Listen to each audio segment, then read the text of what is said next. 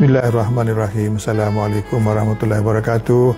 Kita teruskan lagi sharing session ini, iaitu berkenaan dengan pesanan Ibu Wizni, itu mak kami yang sentiasa beri nasihat kepada kami sejak kami kecil sehingga akhir hayatnya.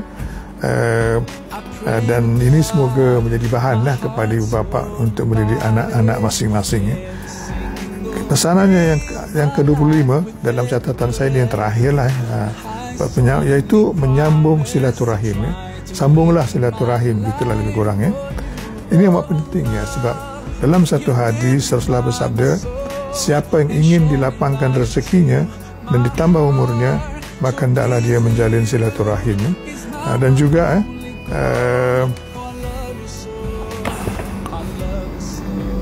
Rasulullah bersabda, siapa yang beriman kepada Allah dan hari akhirat, hendaklah dia memuliakan tamunya. Dan siapa yang beriman kepada Allah dan hari akhirat, hendaklah dia menyambung tali silaturahim. Dan siapa yang beriman kepada Allah dan hari akhirat, hendaklah dia berkata baik ataupun diam. Hadis riwayat Bukhari. Dan juga dalam satu lagi hadis Rasulullah bersabda, ini hadis qudsi lah, hadis qudsi. Allah berfirman, aku adalah maha pengasih dan ia adalah rahim. Bismillahirrahmanirrahim, rahim dia. Nama itu diambil dari bahagian namaku. Siapa yang menyambungkannya, menyambungkan rahim, menyambungkan tali silaturahim, maka aku memberinya rahmatku kepadanya. Dan siapa yang memutuskannya, maka aku akan memutuskan rahmatku daripadanya.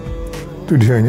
Penting menyambungkan silaturahim ni, dan sangat bahaya kalau kita putuskan hubungan silaturahim dengan keluarga kita. Sebab Allah akan memutuskan rahmatnya daripada kita.